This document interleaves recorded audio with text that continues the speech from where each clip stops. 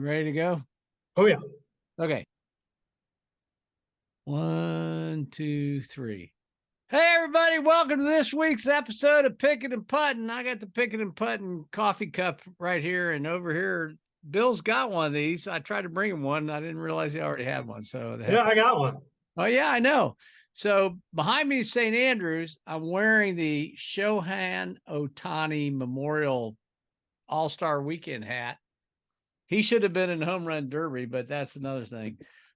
So Bill, start out. You give me your shout outs, baby. We're here hey, we got to talk about Vaya la Playa, which means going to the beach, baby, because we're in North Carolina. So go for it. It should be beach month, right? Well, Yeah, it's is pretty much beach month. my first shout out is actually connected to yours. The four semifinalists in the home run derby last night. Luis Robert Jr., Vladimir Guerrero Jr., Randy Arozarena, and Julio Rodriguez put on a hell of a show. Four Latin guys in their 20s having the time of their life. It was great. Baseball's in great hands. My other one is to the student reporters at the Daily Northwestern, who, for those of you who missed the story, I would go to their website and read it. It is hard to read, but it's important to read. Essentially, the Northwestern head coach, they tried to get away with a 2-week unpaid suspension. And after the students rolled up their sleeves, the unpaid student journalists, mind you, rolled up their sleeves within one business day, Pat Fitzgerald was terminated with 6 years and $6 million per year due to him on his contract. So shout out to those students, and I would encourage all you folks out there listening, if you make a contribution to an athletics department or an NIL boosters fund, I would challenge you to redirect those funds to student journalism because it matters. And these young kids keep coming up with stories holding people in power to accountability, and I'm all for it. Shout out to the kids. Especially to the School of Journalism at Northwestern, which is outstanding, but also, just as an aside to that, the New York Times eliminated their sports division for writing sports because they had bought the Athletic for $500 million a few years ago. And the Athletic CEO said, well, we're going to eliminate newspapers. And of all people to eliminate sports writing, the New York Times, that just feels like the passing of time.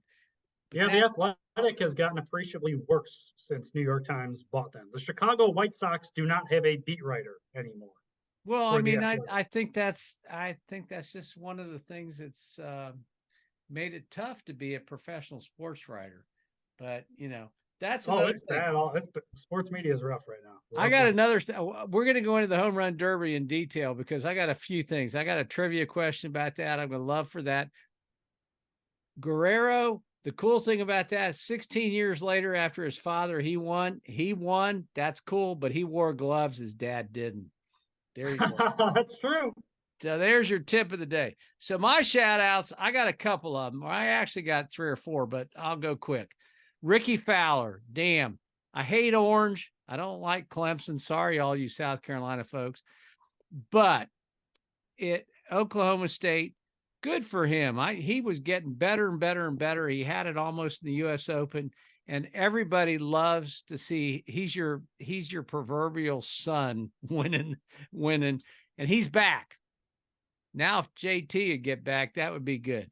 My other one was Pebble Beach. Oh my God, they were on display with the U.S. Women's Open, and for women's golf and women's tennis, for that matter. Thank God. I mean, they finally pulled themselves up on an equal footing. They paid the winner $2 million, and it was must-watch TV if you're a golfer. Yeah, Rose Zhang, that young lady is coming.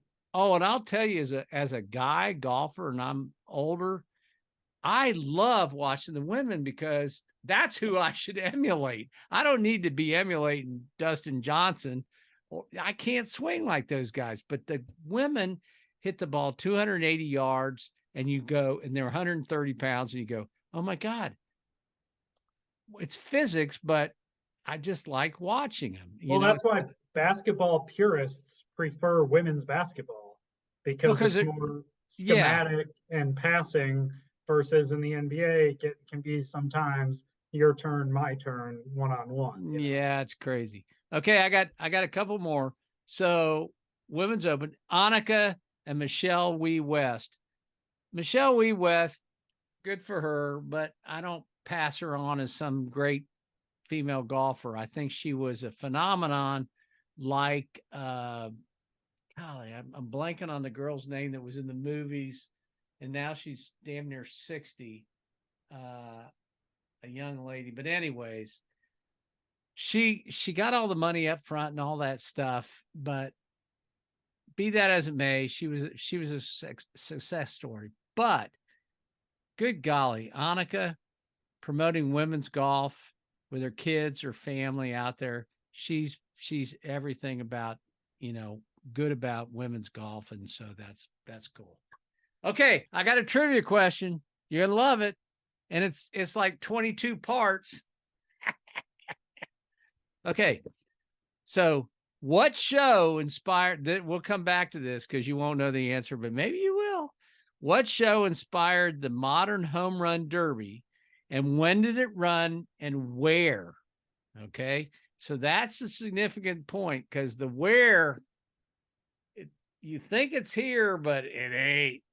Because I remember watching it. They had ivy walls. They had the whole 9 yards. That's our trivia question, folks, and we'll come back to that. So wait, you cut out. So oh, I did? yeah, it froze after the Annika. So I would say let's just edit out after the Annika and just redo the home run derby thing. Okay. I don't remember where I was on that whole thing. But start at the beginning. I didn't, because it right after you finished Annika, it froze. Okay. Well, so what I was saying is, okay, so my trivia question, did you hear my trivia question? No. Okay, my trivia question is, what show inspired the modern home run derby, and when did it run and where? And this is important to know because they had ivy walls, but there's a clincher in there, because I'm just going to tell you. So, and I watched this as a kid. I was 10 years old. It was awesome. So we'll come back to that. We'll talk about it later. That being said, so my song today, since we were Vaya Playa, was the Beach Boys. And so I'll throw this out quickly for Bill. I had 3 songs: Surfing Safari, Surfing USA, Surfing Girl. And the reason I use all these was to honor the U.S. Women's Open winner, Allison Corpuz, who is 9 under for Southern Cal, and she's a Hawaiian. So good for her. The original members were Brian Wilson, Mike Love, Al Jardine, and Bruce Johnson. They had 100 million records sold worldwide, 37 top 40s, 4 number 1s, and they were rated the 12th best band ever by Rolling Stone. And that's everything I'm going to tell you about that. Okay. So Billy, let's go back. What do you want to talk about? I want to go back, and I want to pull you into this because you're a Chicago-based guy. I want to go back and not pick on Northwestern in particular, but they deserve to be picked on, but other people are doing a good job of picking on them. Yeah. Okay. I understand, but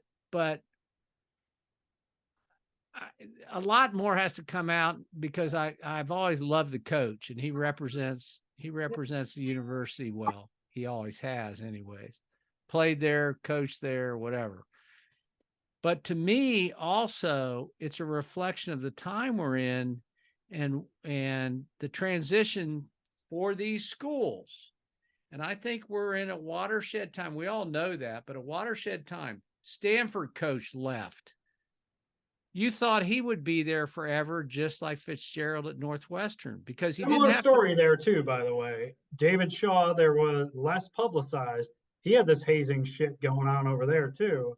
And he refused to adapt to NIL. He refused to adapt to the transfer portal. He's just stuck in the mud. So they fired his ass. And I heard some idiots in Chicago media this morning, David Shaw should be the replacement. That would just be repeating the same mistake. The world has changed. These college football coaches are no longer Joe Paterno, who can have his buddy Jerry Sandusky molesting kids for 3 decades. You can't get away with that shit anymore, okay? So if you don't like it, get the hell out of college sports. This is ending with employer-employee. That's the path we're going on. If you're not up for that, retire. Go do something else. Okay, but backing away from that issue in particular, what I'm getting at is the schools of that ilk, Stanford, Northwestern, Duke, you just Purdue, for example, Notre Dame, although they've hung in there because they've got their Notre Dame, but there's a scandal there, by the way. There's well, what I was if going I to was going to say bet is, on a program for the next scandal, Notre Dame is at the top of the list. but what I say, yeah, well, the coach is in LSU now. But what I was going to say there was, and I was reading earlier today, why is it that my gut feeling is the future of that is their Division III sports for football. So they go back and be what you are and participate in a mega league with the Ivy League. So yeah, something like that. It might be across the country. I don't know the schools west of Mississippi with the academic quality that rank with Stanford. East of Mississippi, there are tons of them. Starting with Northwestern, start with Purdue, start with Georgia Tech, Duke, Boston College. You've got a lot of schools of that ilk, and maybe a lot of them are private. I don't know, but I just feel most of those are not Purdue, but the other ones you listed. So here, Northwestern is going to continue to get all this Big Ten TV money, though. So they're going to try to compete. Here's what happened at Northwestern. They used to be just like a true college athletic program. They were student athletes. And then Pat Fitzgerald, I can't speak to the other universities, but I can tell you what happened at Northwestern. Pat Fitzgerald was on the team in '95 when they went to the Rose Bowl. And all of a sudden, people started paying attention to Northwestern. And then Pat Fitzgerald stepped in when Randy Walker passed away. He was a linebacker coach, Pat was. When Randy Walker suddenly passed away, he became the head coach. He was the youngest head coach at the time in 2006. And he had a successful 17-year run and elevated the program to secure funding from one of the richest families in the state of Illinois, the Ryan family, that also has a minority ownership in the Bears. The Northwestern was scheduled to get a brand new state-of-the-art football stadium. At soccer, how they have like the coverage. They still are. I read about 800 million. So here's what I think is going to happen. Because Ryan Stadium is a dump. Oh, well, Ryan has everything. Ryan owns that town. And I mean the existing facility. Oh yeah, they own. Well, it's Welsh Ryan Basketball Arena. That's where I graduated from high school. It's Ryan Field. It's Ryan everything. They run the town. Okay. So what happens and this probably applies to Stanford and Duke. I know it applies to USC. It's the administrators that are totally inept because the boosters have the money. So the boosters hire the coaches. The boosters pay the coaches. Pat Fitzgerald was literally the Ryan family football coach. He was like officially sponsored. Kirk Ferentz is officially sponsored by some family. So the boosters are paying everybody, and then they're paying the players too. Then the administrators are tasked with these NCAA rules that may or may not apply. And what happened with Northwestern, and it's happened at USC, is the administration was totally inept and totally ineffective. And so I think the boosters are not happy that the president quickly changed gears and fired Fitzgerald. And I wouldn't be surprised if they either demand that the president and athletic director resign or pull their funding. But the president is absolutely brand new. Yeah, and the old athletic director that was in place at the time Pat Fitzgerald got promoted is now commissioner of the ACC. He's going to be asked some questions about this, Jimmy Phillips. And then to replace him, this shows how inept they are. Northwestern promoted a deputy athletic director who had a pending sexual harassment claim from a cheerleader that he had to resign within a week. And then they named this clown who's been totally absent since the story broke on Friday. It's the NCAA and administration are totally ineffective, and the only solution is making these athletes in football and basketball employees and employers. And to your point earlier, everything else should just be a student athlete, go back to what the NCAA used to be. There's just way too much money. Well, there you hit it. It's kind of like all you had to do was watch the congressional thing about Live and PGA. Live came in and offered $2 billion. Sorry, folks. It's Human rights atrocities don't matter anymore. right behind me, folks. It's money. It's money. We all know that. Well, the one I brought up, and this is a little transitional, but it's part of the same story in that regard, is they're paying these coaches so much money now. And you can go back just 20 years. I go back, for me, I go back to Coach Dean Smith at North Carolina, and this is at the turn of the century. And I asked him, well, what do you think about these expanding salaries? He said, well, Rick, I don't care. I just love to coach kids. I got what I want. And there's nothing I want for. If I say, can I go play golf at your course? They say, of course, Coach Smith. And it's free. And, so that was his life. And he was fine. And he had a great life.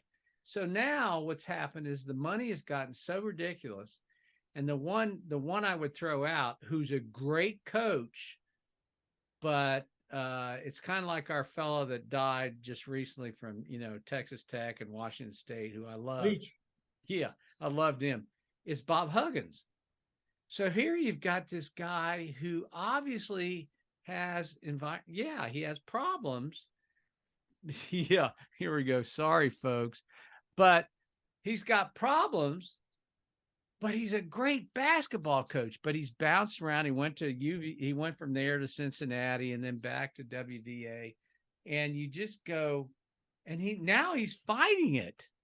And well, that whole situation, his longtime attorney, they resigned, and now he's hired some new attorney, and he's trying to back off the resignation. Yeah, he doesn't seem like he's in a good place at all, really. Oh, by the way, I just got to throw this out to you. The legal firm representing Pat Fitzgerald is based in Charlotte, North Carolina. Oh, that Webb? Yeah, it's Webb. Webb Strawn. He's going to get all of his money because the way that they went about this, the same report they had on Friday to give him a 2-week unpaid suspension during the recruiting dead period before training camp starts, is the same report they used to then terminate the 6 years and almost $40 million. No, he's going to get his money, and all of his money. And whoever did the report kept him out of the loop.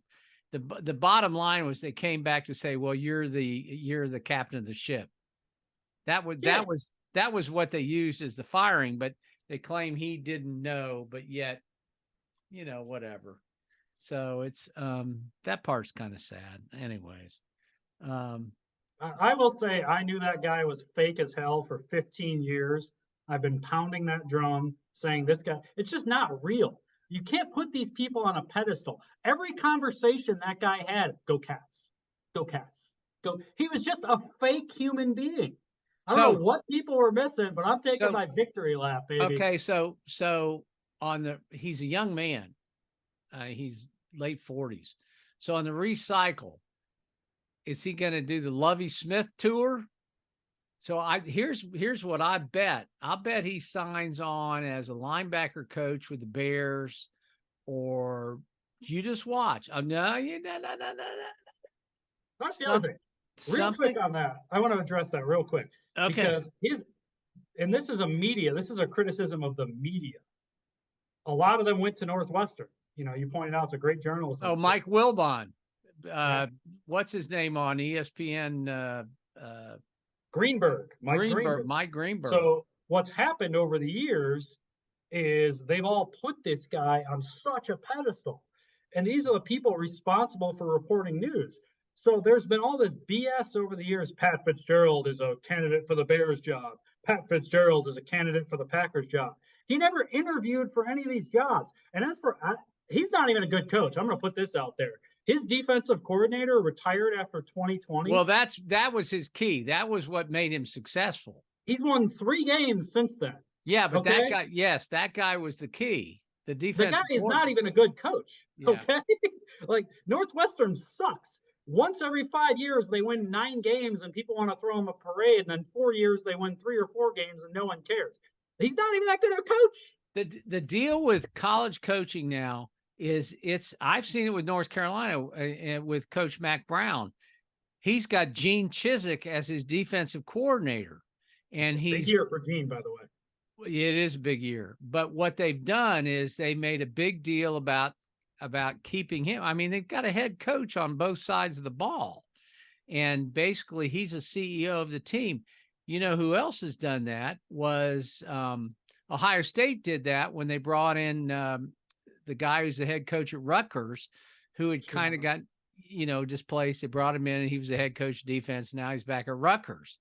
But the perfect example of that is Alabama.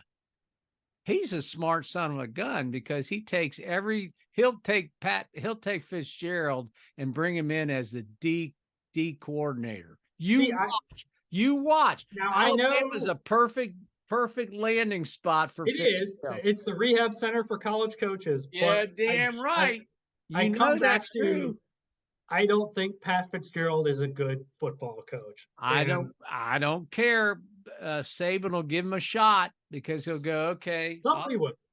He doesn't have to be the DC. He can be the linebacker coach. I mean, let's put it this way. Hugh Freeze was fired from Ole Miss for using a university phone to order hookers and is now the head coach at Liberty University, which purports to be a Christian school.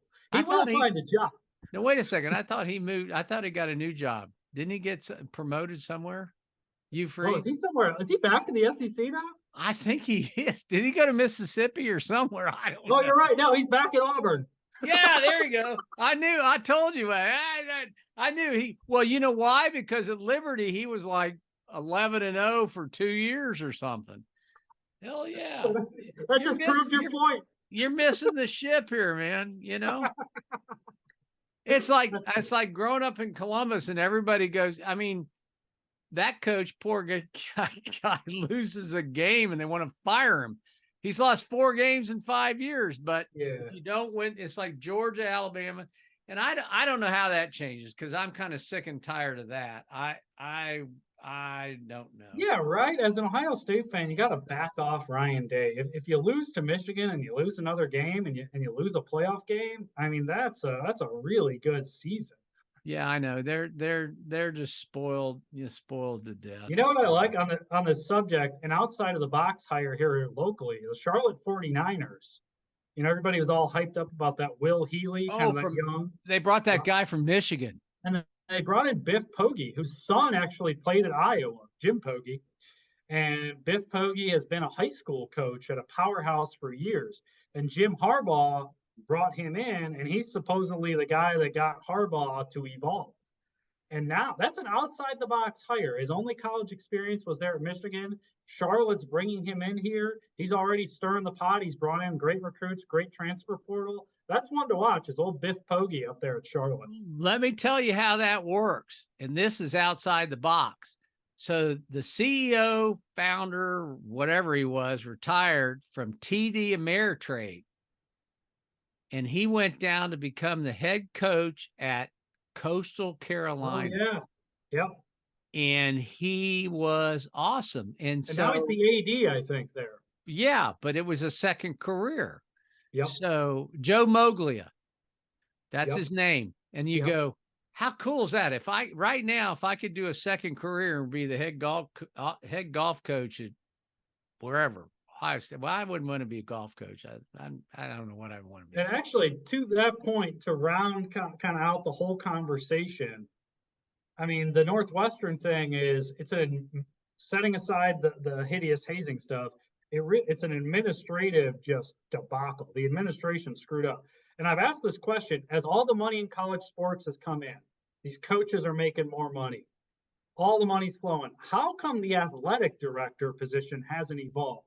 With your example right there, we should have people that have business experience because that's what these things are. They're a business. It's not some little club sports team that some career university administrator knows how to handle. You need to bring in someone from the business world to handle the business. Look at Texas, Ohio State, Alabama. Gene Smith at Ohio State. He's basically the CEO of a mega corporation. Yep. Michigan brought in the Domino's guy. And you need to go see what Ohio State's money spent in their department for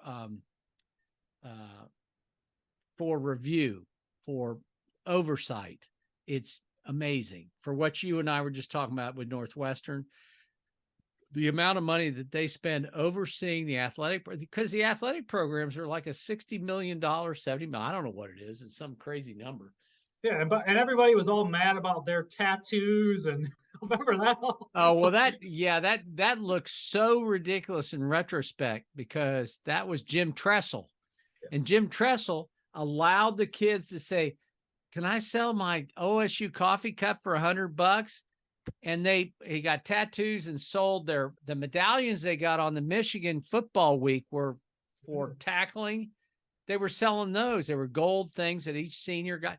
And I mean, now in retrospect, that looks just so absurd. He went on to become president of the university up in Youngstown. Yeah, Youngstown State. And people, I mean, they've tried to make him run for senator of Ohio and stuff. And they realized in retrospect, he was a sweater vest dude, but he was a cool guy. Yeah. So, I don't know. So, well, anyways, you want to go back? You want me to pick you up on my trivia question? Yeah. So I remember as a kid watching black and white home run derbies. Yeah. Well, this is way before your time, because I was a kid. Well, these were replays of. Yeah. Okay. Well, yeah, it was black and white. Well, here's the deal. What show was inspired the modern home run derby, and when did it run and where? Well, easily, it was called Home Run Derby. Yeah. Okay. And it was 30 minutes, and it was 2 players against each other for 9 innings with 3 outs. Yep. And if you didn't hit a home run, it was an out. And then if you tied at the end, you had a playoff. And it ran from January 1960 to July 1960. They were 30-minute episodes. And here's the hooker, because I had to read this over and over again. The MC was a guy named Mark Scott. I don't know Mark Scott, but that's who it was. But it was filmed at Wrigley Field in Los Angeles. So the Dodgers played at some other place. And the reason they did this was some field that was, I don't know if it was manufactured for this, but the left field and the right field carry was 360 both ways. And they couldn't play it at Dodger Stadium or whatever, because they had different carries for left and right handers. So they had to play that. So they manufactured this. So it's called Wrigley Field at Los Angeles. They had palm trees beyond the fence. But I remember they had ivy. They had the ivy wall and all this crap. But what made it special was there were 19 participants in the 6-month period. There were 9 future Hall of Famers. Now listen to who. Damn. So here's what we just watched, the Home Run Derby. Listen to these guys. And maybe, like these guys said, 30 years from now, maybe these will be the same names. Hank Aaron, Ernie Banks, Mickey Mantle, Killebrew, K-Line, Gil Hodges, Eddie Matthews, Willie Mays, Frank Robinson, and Duke Snyder. Duke Snyder was, when I was a kid, I had a bat. Everything was Duke Snyder. He played for the Dodgers, I think. Those were the names that were on this thing. And I was riveted to TV watching the Home Run Derby. And then we would run out in the yard and do wiffle ball home run derby over the fence. It was to die for. Yeah, for the modern era to compete with that, it would have had to have been Mike Trout, Aaron Judge. Oh, yeah. Shohei Ohtani. And even still, I don't know right now in this moment if we have that level of talent that you just outlined. Well, in all defense, this son of a gun who pitches and bats is Babe Ruth of the 21st century. Yep. That's who he is. That's who exactly he is. Better. And Ruth was great. And then I can't remember if he went from Boston to New York, and then they made him no longer a pitcher. Yeah, they made him no longer a pitcher, and he never had to play anybody but a bunch of white guys. So well, yeah, no, I understand. A different era, but he was still a tremendous athlete. This guy's obviously probably the greatest baseball player all around. And there's one other guy that is in his ballpark, and that's Bo Jackson. Yeah, he Because just didn't have the length. well, yeah, I just mean because he was just, you can go with Dion, same kind of thing, just a great, pure athlete. But nobody saw it in this guy. I mean, he's a great pitcher. He throws a 100-mile-an-hour fastball. He's leading the leagues in home runs. He could be a Gold Glove right fielder. They just rest him and make him a designated hitter. But he would be a Gold Glove right fielder. He's the Wilt Chamberlain of baseball, the Bill Russell of baseball. I don't know, whatever you want to call him. He's just fun to watch. And this time next year, he will be a Dodger. So I'm putting this up because 2 years from now they're coming back. It's gonna be hot. Yeah, it's gonna be hot. Oh yeah, it'll be hot. Hell, my golf course is closed because they're rebuilding the greens for like the 10th time in like 2 years. I don't know, whatever. Is it gonna still be called the PGA Championship? Yeah. Probably. Maybe. Here's the deal about that. And this is kind of like parting shots we got. I think what I said this, and I still believe this.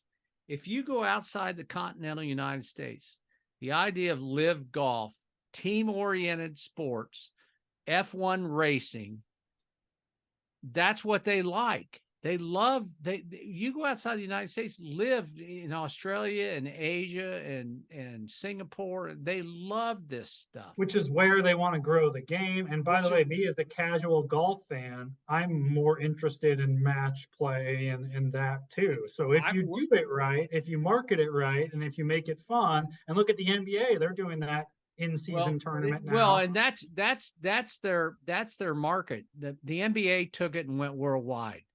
Baseball could be a worldwide sport. NFL football not. But it doesn't need to be. It just dominates this country. But golf, tennis, baseball, basketball can That's be. the upside. And I really think that what they latched onto with this, and they're right on key, was teams. And what they're going to do, you watch. The Rorys, the Tigers, they're going to own teams. Yeah, that'd be cool. And pick who's on their team and trade players and stuff. And they're going to sell. They're going to sell merchandise, and it's going to be amazing. That's one more thing. I got to say this. I like that a lot. I like that idea. Yeah, I do like it. And one more thing. Last night with my wife, she talks me into watching movies, which I just kind of go. But I watched a movie with her because she didn't want to watch streaming TV or whatever I was going to watch. And we watched Air. And I want to tell you, it was fascinating. The two things you came away with were Michael Jordan's mother she is a stallion. She was one tough son of a gun, and golly, Neds, I came away watching the movie. I said, I got total respect for that woman. And that because she stood up for her kid, and the Sonny Vaccaro was amazing because he told her up front, here's what Adidas is going to say when you go. And they did it exactly. And she went, oh my God, he told me exactly what was going to happen. And it was just fascinating. And the last tip about that was cool, just to put it in perspective about financials. And when we talk about him owning the local team in Charlotte, his passive income at the end of that, they said from Nike alone, is $400 million a year. He doesn't care about owning an NBA team. Just go. Go to Morocco. I do have a quick tidbit. I love that movie too. And I listened to a podcast from, I guess, the screenwriter. Apologize if I got that term wrong. But the screenwriter is a Western Chicago suburbs young man in his 20s. And he's been out in Hollywood. He's a writer and all that. And the key to making the movie was getting Sonny Vaccaro and Michael Jordan's permission to really tell their story. So that's why it was such a good movie. But then right when they were going to debut it, Ben Affleck is like the director, Matt Damon's in it. And Ben Affleck pulls this young man aside and says, "We're giving you sole writing credit." And the young man on the podcast said, "That is so rare. It's the first time he's ever gotten it." You know, his initial screenplay was totally changed, but they gave him sole writing credit. And he said Ben Affleck and Matt Damon were just so professional and just great mentors. And I just thought that was cool because you hear a lot of salacious stuff about Hollywood, but to hear a cool story like that of a young man getting some credit, Yeah, and it mentors, that's great stuff. yeah, and it was well done. It was, I Really mean, good movie. I mean, part of it is for you or me, we're reliving history. So you're sitting there, 80s nostalgia, yeah. yeah, I mean, but I'll tell you the most interesting part about that. We got to go, but the most interesting part about that for me was the shoe designer who died just before the movie was released. And I can't remember his name, and I apologize for that for you folks with Nike, but he was the coolest guy. He says, "Okay, well," they said, Peter Moore. You can't have, huh? Peter Moore. Peter Moore, you can't have more than 51% white." And they said, "Screw it, we're going to do all red. We'll pay the fine." And here was the best part of the movie. So Nike, the last scene, Phil Knight's in there with his bare feet laying on the couch, and he goes, "Well, you know, what's the worst part about this thing that Mrs. Jordan, a percentage, 1 or 2% of what, 3 million in shoe sales?" And the very first year, it was $160 million. The very first year. They were brilliant. They were brilliant. And so, it was cool. I walked away and said, that's how life works. Somebody has the foresight to believe in somebody. Belief is a good thing, folks. They changed the game. They changed the game. Well, Billy, I enjoyed it, baby. Oh yeah, this was a fun potpourri. Yeah, potpourri of picking and putting. Christopher, you'll have to do some editing and all the good for you. I fed your kid some pretzels today. He loves me, so that's good. See you later. Enjoyed it, Billy. See you in a week or so. Thanks, everybody. Bye, everybody. Picking and putting. Enjoy. Tune in, sign up, whatever. Bye. Subscribe, like.